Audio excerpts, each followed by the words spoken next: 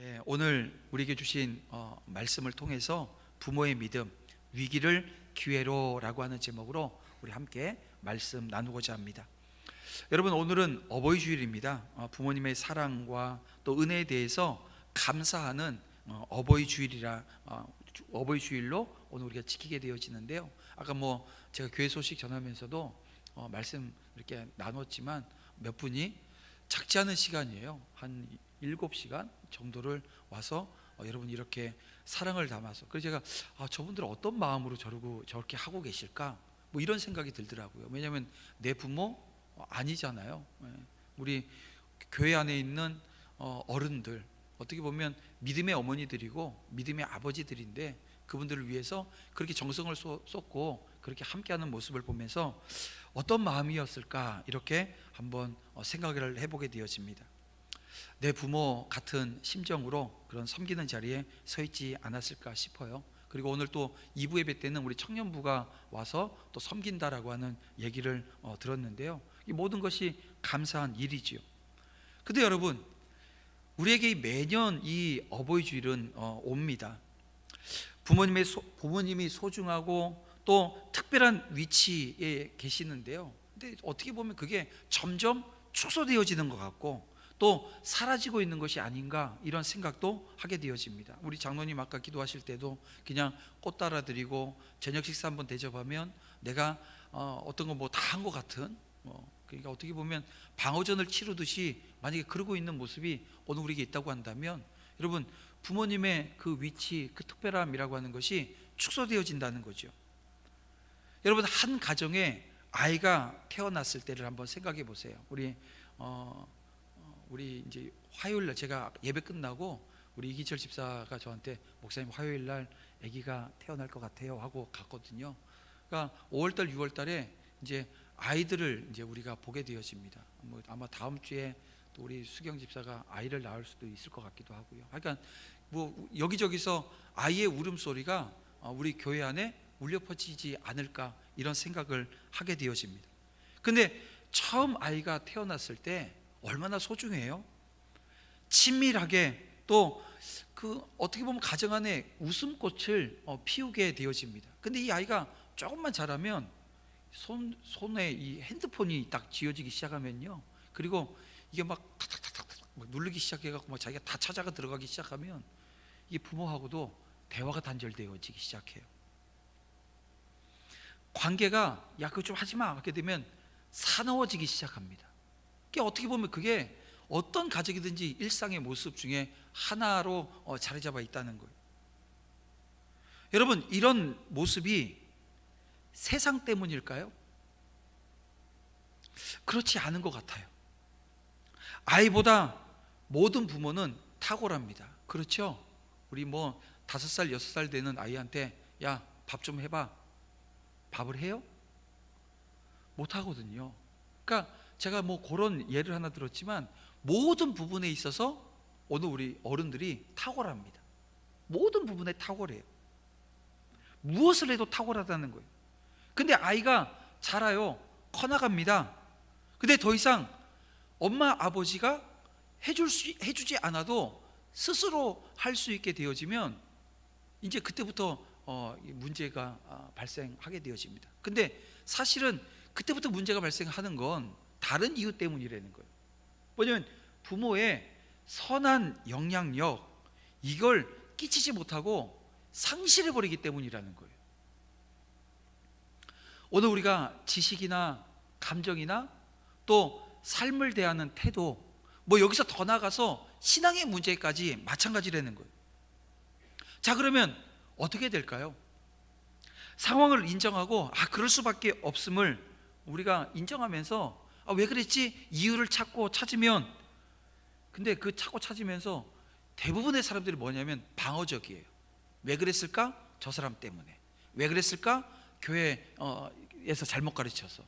왜 그랬을까? 자꾸 그런 이유들을 밖에서 찾는 모습을 보게 되어진다는 겁니다. 그런데 아니에요. 우리는 지금이라도 우리 아이들을 위해서 한 가정을 바로 세우기 위해서 먼저 변화되어져야 합니다. 누가요? 부모들이.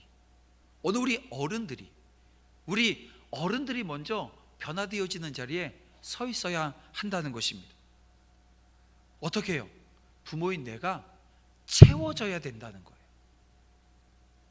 그리고 그 채워짐이 넘침으로 바뀌어서 이 넘침을 통해서 흘러가게 해야 된다는 거예요. 여기에 답이 있지 않을까, 이런 생각을 해보게 되어집니다. 여러분, 자녀를 위해서 또 다음 세대를 위해서 그러해야 한다면 여러분, 우리가 그렇게 해보는 것, 이거 좋은 우리 결단 아니겠어요? 나를 채우겠다. 뭘요? 지식을 채우겠다는 거예요. 어떤 지식이요? 이제 다시 수학 공부하고 영어 공부하고 이게 아니고요, 하나님을 아는 지식으로 나를 채워내겠다. 우리의 감정은요, 막 언제나 막 서 있어요. 저도 막 곤두서 있었거든요. 막 곤두서 있어요. 이 곤두서 있는 그 모습 가운데 하나님이 주시는 오늘 말씀을 통해서 제가 헤아리게 되어지는 것은 이겁니다. 아, 내 감정도 선하게 다듬어야 되겠구나. 또 삶의 연약한 부분 다 있습니다. 저와 여러분이 살아가면서 완벽한 사람, 우리끼리 도토리 키재기가 되겠죠. 그런데요, 그 연약한 부분을 내가 인정하게 되어지면 하나님 앞에 서서 회개하게 되어지고, 그러면 하나님께서 고칠 수 있는 동력을 오늘 우리에게 주신다는 거예요. 그러면 결과적으로 오늘 우리의 신앙이 성장하게 되어진다는 것입니다. 자, 여러분, 오늘 본문을 보셔요. 이 모세의 출생 과정이 소개되어지고 있고요, 근데 그 출생 과정 중에 이 모세가 아주 생명이 위태로운 상황에 지금 놓입니다. 근데 그 상황 가운데 하나님은 그 모세를 구원하셔요. 이 모든 것이 하나님의 섭리라고 하는 것을 오늘 우리에게 보여주고 있습니다. 하나님은 기적을 통해서도 하나님의 뜻을 펼치셔요. 하지만 무엇보다도 믿음으로 순종하는 사람을 통해서 일하신다는 거예요. 하나님이 여러분 있으라 하면 어떻게 돼요? 있잖아요. 그래서 이 모세, 내가 너 구원할게 하고 그냥 구원해 버리시면 되는데 어떻게 해요? 믿음을 통해서 하나님께서는 어떻게 모세가 구원받고 또 하나님이 주시는 그 사명의 자리에 서게 되어지는가라고 하는 것을 이 출애굽기 앞에서 오늘 우리에게 보여주고 있다는 것입니다. 하나님은 모세의 생명을 보호하시기 위해서 누구를 사용하셔요? 바로 부모의 믿음을 사용하시더라는 것입니다.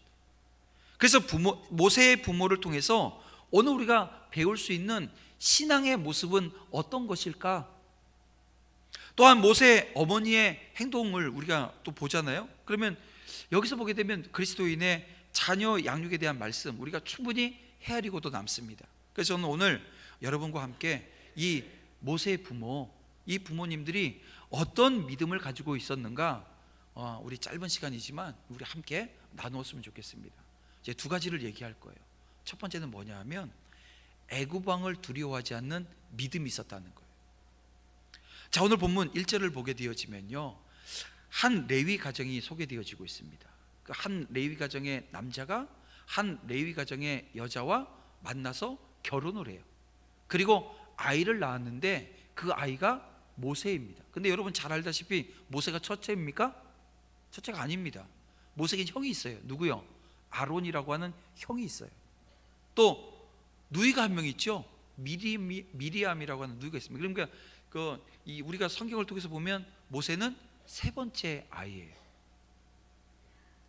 근데 이 모세가 태어나기 전에 이 바로 왕이 한 명령을 내립니다. 그게 이제 1장 22절 말씀인데요, 이렇게 이야기합니다.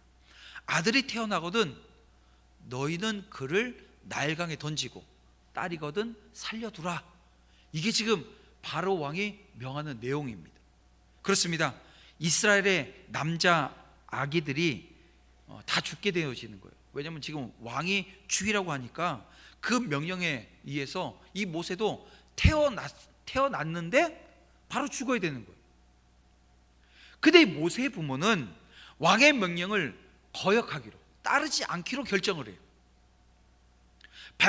발각되어질 경우에 이 모세의 부모는 죽음을 면할 수 없는 상황입니다. 하지만 그들은 왕을 두려워하지 않아요. 그들은 아이를 석 달 동안 숨겨서 기릅니다. 자, 그런데 이 내용을, 이 상황을 히브리서 기자가 어떻게 묘사를 하고 있냐면요, 히브리서 11장 23절 말씀을 보면 이렇게 시작합니다. 믿음으로 라고 시작해요. 믿음으로 모세가 났을 때, 이 믿음은 누구의 믿음이에요? 모세의 믿음이 아니고요, 모세 부모의 믿음입니다. 이 믿음으로 모세가 났을 때 그 부모가 아름다운 아이임을 보고 믿음으로 봤을 때 아름다웠던 거예요. 믿음의 눈을 가지고 우리가 아이를 태어나면 다 예쁘잖아요. 얼마나 여러분, 그런데 지금 믿음의 눈으로 이 부모가 아이를 보는데 이 아름다운 아이임을 보고, 이제 제가 이 아름다운 아이가 어떤 의미인지는 나중에 다시 한번 설명을 할게요. 석 달 동안 숨겨요. 그리고 왕의 명령을 무서워하지 아니했다라고 하는 히브리서 기자의 이야기가 나옵니다. 사내 아이들은 태어나자마자 이 죽음을 맞이할 운명적 위기에 처해 있었고, 이를 어기는 사람은 바로 왕에게 대적하는 큰 죄를 지어서 그에 합당한 이 처벌을 받게 되어질 수밖에 없는 상황입니다. 하지만 이 모세의 부모는 이러한 무서운 법령을 거부하고 이 자신의 아이를 석 달 동안이나 숨겨서 기릅니다. 도대체 이들로 하여금 이렇게 담대하게 행동할 수 있도록 한 그 용기가 어디서부터 나온 걸까요? 그들이 바로 왕과 그의 흉악한 법령을 거부하고 이 자신의 아이를 숨길 수 있었던 까닭이 뭐냐라고 하는 거예요. 그것은 바로 히브리서 기자가 여기에서 보도하고 있는 것처럼 그들의 믿음에서 그 이유를 찾아야 된다는 겁니다. 모세의 부모는 믿음으로 이 바로왕의 흉악한 법령을 거부하고 이 자신의 아이를 숨겼던 거예요. 만일 그들에게 이러한 믿음이 없었다고 한다면, 근데 여러분, 그 히브리인들이 다 이 모세 부모와 같은 믿음을 가지고 있었을까요? 아니라니까요. 그 믿음이 없어서, 이 모세 부모가 가지고 있었던 이 믿음이 없어서 그 세상 왕이 얘기하는 그 명령이 무서워서 나 죽을까봐 아이의 생명을 아마 날강에 던지는 그런 사람들이 많이 있었을 겁니다.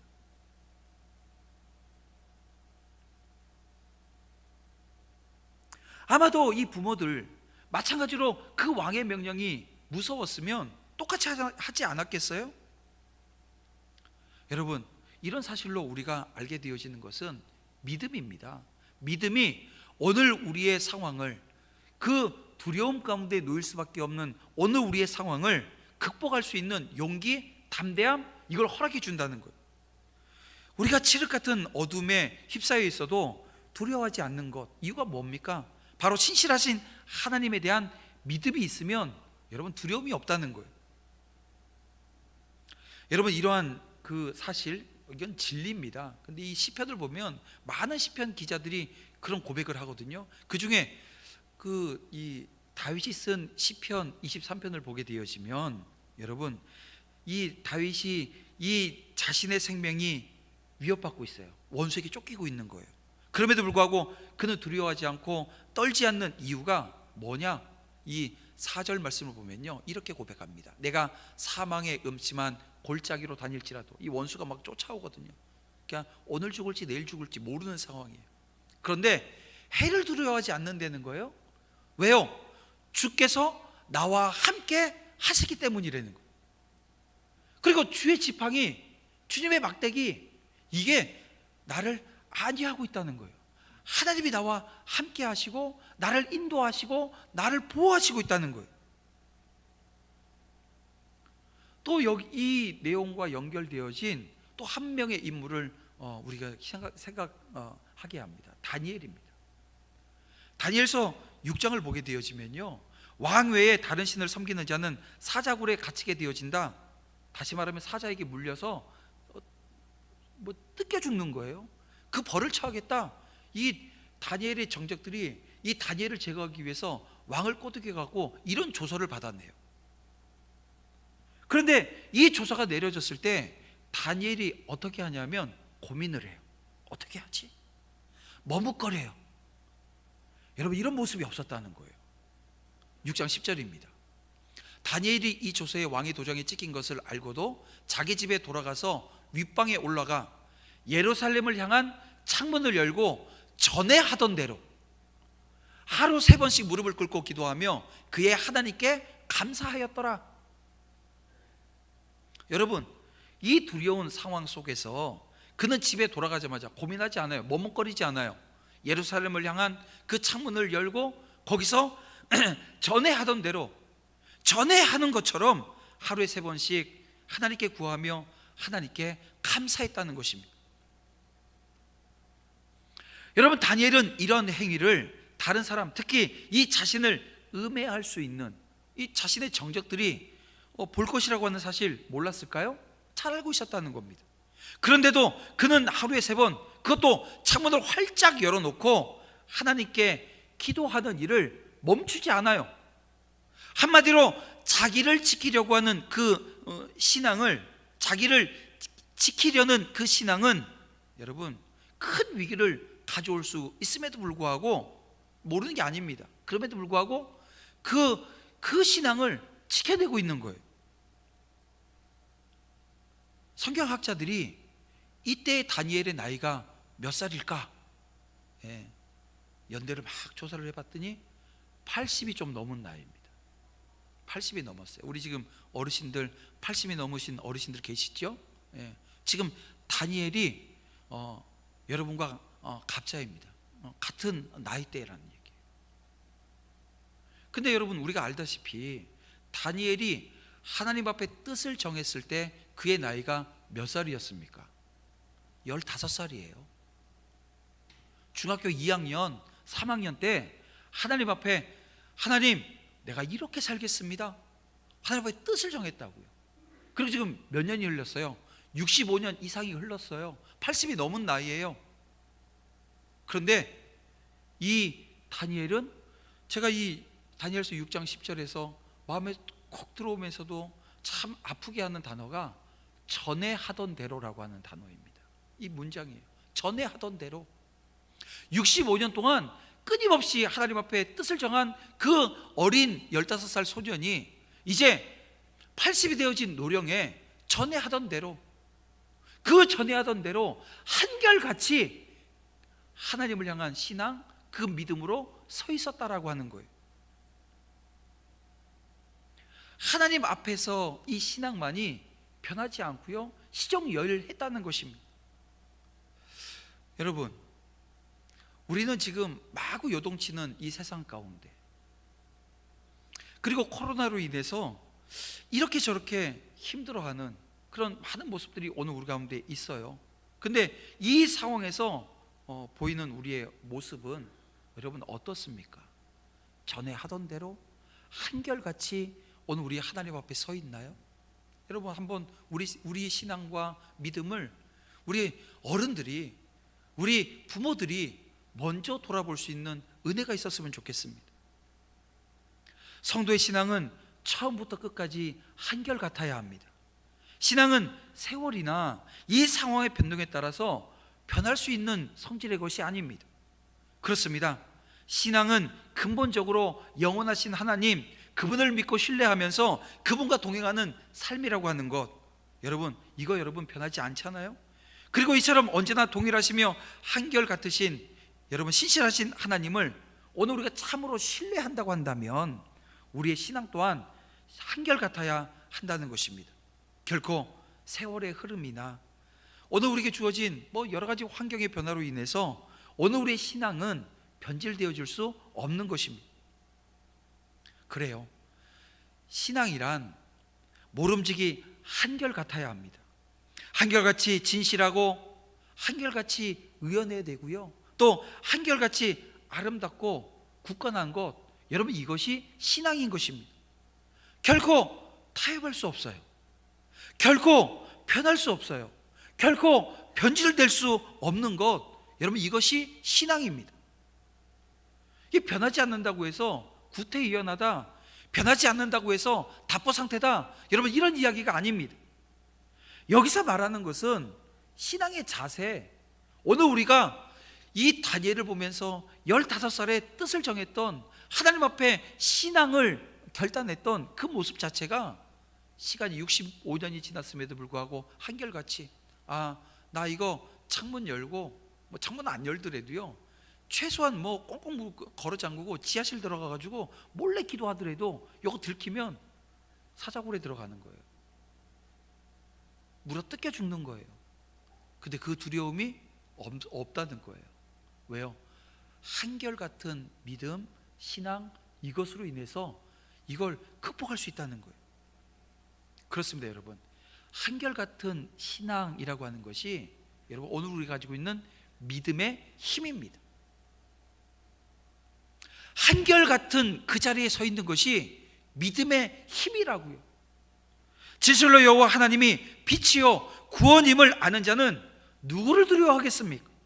하나님은 생명의 능력이시니 우리가 누구를 무서워할 수 있겠냐는 거예요. 그렇습니다, 성도 여러분. 하나님의 도우심과 이 보호하심에 대한 믿음은 우리로 하여금 두려움 앞에서 떨지 않도록 합니다. 그분에 대한 믿음은 우리에게 두려움을 이겨낼 수 있는 용기, 담대함, 이걸 가져다 준다는 거예요. 그러므로 여러분 모두 주님을 향한 믿음 위에 굳게 설 수 있기를 주님의 이름으로 축복함을 드립니다. 세상은요 여전해요. 어떻게 해요? 우는 사자처럼 산길자 찾아다닙니다. 사단의 위협이 여전히 도사리고 있다는 거예요. 하지만 우리가 믿음 위에 바로 서 있다고 한다면 어떠한 위협도 두렵지 않아요. 아니, 믿음의 사람은 그 두려움을 넉넉히 극복하고도 남을 만한 용기, 담대함, 이게 있다는 것입니다. 그렇습니다. 모세 부모는 세상 왕에 대한 두려움보다 이 아기 모세를 보았습니다. 자, 아기 모세에 뭘 봤다고요? 아름다움을. 우리 히브리서에도 또 우리 출애굽기에도 이 아름다운 그 아이의 모습을 봤다라고 하는 증언이 있어요. 모세가 이 아름답다라고 하는 그 의미는 다른 게 아닙니다. 하나님의 영광을 위해서 귀하게 사용되어질 아이라고 하는 것을 알게 되어졌다는 거예요. 아니, 눈으로 그냥 보면 그냥 아이고 예쁘고 내 자식이니까 그렇게 보이는데요, 믿음의 눈을 가지고 보게 되어지면, 믿음을 통해서 보게 되어지면 하나님의 영광을 위해서 쓰임받을 아이구나 라고 하는 게 보인다고요. 여러분의 자녀에게, 여러분 그 자녀가 50이 되고 60이 돼도 우리 어른들 그 모습이 보이기를 주님의 이름으로 축복함을 드립니다. 그게 보여야 오늘 우리에게 신앙으로, 우리 어른들 아무리 커도, 저희 어머니도 그러시거든요. 밥은 잘 먹었는지, 얼마나 제가 잘 먹고 다니겠어요. 근데 밥은 잘 먹었는지, 차 운전할 때 뭐 차 타고 다니면서 사고는 안 날 것, 뭐 그런 걱정들 하시거든요. 마찬가지예요. 그 생활에 대한 걱정 넘어서 신앙에 대한 걱정, 그리고 그 걱정은 그냥 걱정하고 앉아 있는 것이 아니라 기도하게 되어지고, 또 말로 신앙의 잔소리 필요 없는 게 아닙니다. 때로는 신앙의 잔소리 해야 되는 거예요. 그 말 속에 오늘 아버지 어머니의 사랑이 전해지면 그 자녀는 그 신앙, 그 믿음, 그것을 이어받게 되어진다는 거. 여러분, 이 모세의 부모, 그 눈앞에 있는 그 애굽의 지배자를 바라본 것이 아니고요, 그들은 모세를 통해서 이 땅에 임할 하나님의 영광을 보았다는 거예요. 여러분, 그 하나님의 영광을 볼 수 있는 믿음의 눈이 오늘 이 시간 저와 여러분의 눈이 되어지기를 주님의 이름으로 축원합니다. 그리고 모세를 하나님이 쓰시기에 합당한 자녀로 키워야 한다라고 하는 사명을 깨닫게 된 겁니다. 하나님이 주신 사명을 깨달은 그들이 더 이상 애굽의 왕을 두려워할 이유가 없지요. 그 사명을 맡기신 하나님이 함께 해주실 거라는 거예요. 여러분, 오늘 우리도 마찬가지예요. 때로 사람들을 두려워하거나 상황에 대한 그 염려로 믿음대로 행하지 못하고 때로는 좌절해요. 때로는 낙심도 합니다. 그런데요, 그런 두려움에서 벗어날 수 있는 한 가지 방법, 하나님께서 맡겨주신 사명 붙드는 거예요. 거기에 집중하는 거예요. 바로 하나님이 쓰시기에 합당한 자녀로 키워야 되겠다라고 하는 사명을 발견하고 그 사명에 순종하고 집중하는 결단이 있는 우리 모두가 되어지기를 주님의 이름으로 축복함을 드립니다. 두 번째, 이 모세의 부모님이 가지고 있었던 믿음은요, 최선을 다한 후에 결과는 하나님께 맡기는 믿음이에요. 여러분, 모세를 석 달 동안 숨긴 부모는 아이를 더 이상 숨길 수 없게 되었어요. 아기의 울음소리가 담을 넘습니다. 얼마나 크게 울었는지요. 결국 아이를 나일강에 이 아기 모세를 떠내려 보내기로 결심을 합니다. 그래서 갈대로 상자를 만들고 물이 스며들지 않도록 그 안에 역청으로 또 나무진을 칠해요. 정성껏 만들어진 이 갈대 상자는 애굽 공주의 손에 들어가기까지 아기의 생명을 보호하는 피난처 역할을 하게 되어집니다. 모세의 부모는 이 아이의 생명을 구하기 위해서 그들이 할 수 있는 최선의 노력 기울였다는 거예요. 그리고 강에 모세를 떠나보내면서 그의 생명을 온전히 하나님 손에 맡겼습니다. 보세요. 바로 왕은 이스라엘 민족이 강성해지는 것이 두려웠어요. 그래서 이거 더 이상 이 민족이 더 번성하면, 이 숫자가 많아지면 안 되겠다. 그래서 이 사내 아이를 다 죽여야 되겠다. 그런 결정을 해요. 그런데요, 하나님께서는 이 이스라엘 민족이 강성해져서, 그리고 이 출애굽하는 그 과정 중에 여러분, 이스라엘 민족의 그 민족의 영도자입니다. 이스라엘 민족에게는요, 이 모세라고 하는 인물이 대단한 거예요. 그래서 우리가 히브리서를 보더라도 예수님을 누구하고 비교를 해요? 모세하고 비교합니다. 모세보다 우월하신 그리스도. 왜냐하면 히브리인들에게 모세가 가지고 있는 그 위치가 상당한 거예요. 근데 이 모세는 그 집의 사환이었다는 거죠. 근데 예수님은 상속자라는 거예요. 유업을 이을 자라는 거예요. 그렇게 비교를 할 정도로 모세가 이 유대인들에게, 히브리인들에게 아주 중요한 위치에 서 있었습니다. 그런데요, 보세요. 이 바로가 그 모세를 비롯한 그 아이들을 다 죽이려고 했지만, 여러분, 하나님의 계획을, 그 구원 계획을 방해하려고 했지만 방해했어요? 못했어요? 거꾸로 어떻게 되어집니까? 그 민족을 해방시킬 그 영도자를 자기 궁에서 먹이고 입히고 교육해서 아주 대단한 사람으로 만들어 놓았다는 거예요. 보십시오. 이런 모습을 우리가 보게 되어지면 우리 하나님 반전의 하나님이십니다. 역전의 하나님이셔요. 그러니까 하나님의 역사를 보게 되어지면, 인간의 시각으로 보게 되어지면 아이러니하다는 거예요. 그저 오늘 우리가 그 하나님의 섭리에 경탄하지 않을 수 없다는 것입니다. 이처럼 하나님의 일은 그 누구도 막지 못한다라고 하는 믿음이 오늘 우리에게 있게 되어지면, 오늘 우리가 그럼 주님이 다 알아서 하시겠구나 하고 손 놓는 것이 아니라, 그 일하시는 하나님 지금도 오늘 우리를 인도하시고 붙들어 주시고 아주 최상의 결과로 오늘 우리를 인도하실 것에 대한 믿음이 있으면, 내게 주어진 사명, 내게 주어진 그 사역, 그 자리에서 최선을 다하게 되어진다는 거예요. 하나님은 모세 부모의 믿음을 그렇게 기쁘게 받으셨던 거예요. 그리고 누구도 예상할 수 없었던 놀라운 결과를 그들에게 보여줍니다. 모세가 애굽의 왕자가 되어서 이 최상의 보호를 받게 하시고 가장 좋은 환경 가운데 살게 하셨던 걸 여러분 보시길 바랍니다. 나가서 이 모세 어머니를 유모의 자리로 불러서 그 하나님 백성에게 필요한 영적인 훈련, 생각이나 했겠어요? 그 숨겨서 키우면 이게 가능했겠냐고요. 그런데 이게 떳떳하게 오늘 본문에 보면 이게 돈까지 받아요. 내 자녀 키우면서, 내 신앙 교육하면서 생활을 책임질 수 있는 그런 보수까지 받아가면서. 근데 거기에는 뭐가 있었어요? 신앙 훈련이 있는 거예요. 영적인 훈련을 이 어머니로부터 받게 되어집니다. 여러분, 우리에게도 하나님께서 맡기신 사명이 있어요. 우리도 맡은 일에 최선을 다해서 믿음으로 감당하는 그런 여러분 결단이 있어야 되고요.